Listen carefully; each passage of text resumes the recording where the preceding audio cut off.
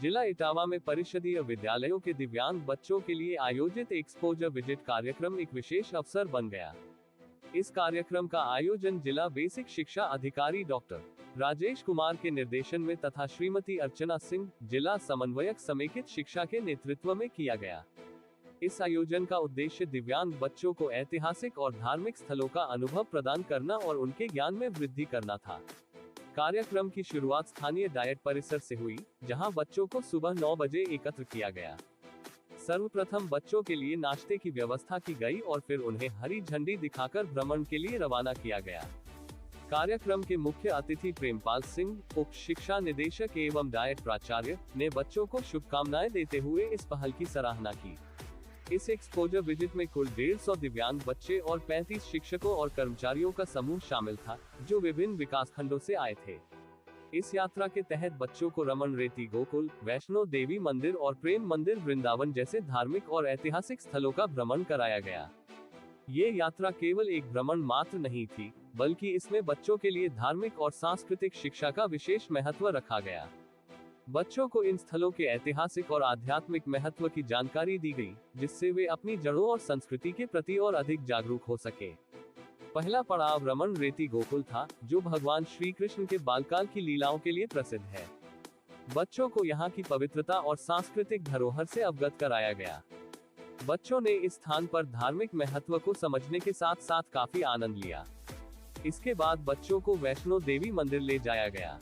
इस मंदिर में दिव्यांग बच्चों ने अपनी विशिष्ट ऊर्जा और जिज्ञासा के साथ इस स्थान के धार्मिक महत्व को महसूस किया। इसके पश्चात प्रेम मंदिर वृंदावन में बच्चों ने अपनी यात्रा का सबसे आनंददायक हिस्सा बिताया।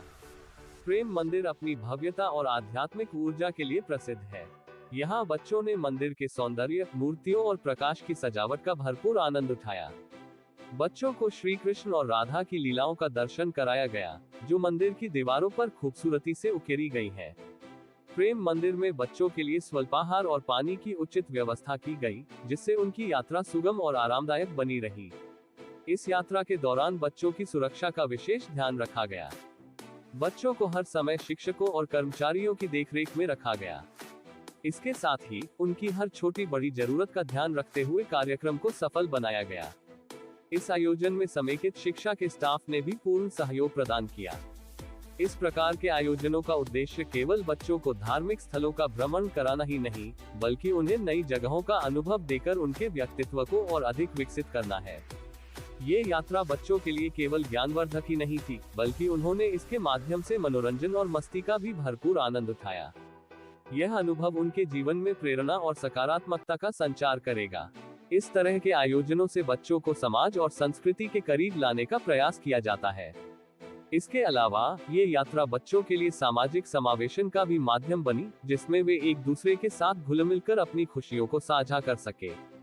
जिला इटावा के समेकित शिक्षा विभाग ने इस आयोजन के माध्यम से यह साबित कर दिया कि शिक्षा केवल किताबों तक सीमित नहीं है, बल्कि यह बच्चों के व्यक्तित्व और उनके दृष्टिकोण को भी संवारती है।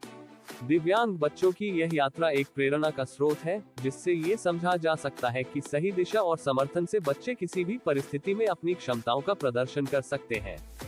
इस आयोजन ने न केवल बच्चों को खुशी और आनंद प्रदान किया, बल्कि उनकी सोच और समझ को भी विस्तारित किया। ये यात्रा जिला इटावा के लिए एक आदर्श बनकर उभरी, जिसमें बच्चों के उज्जवल भविष्य की नींव रखी गई।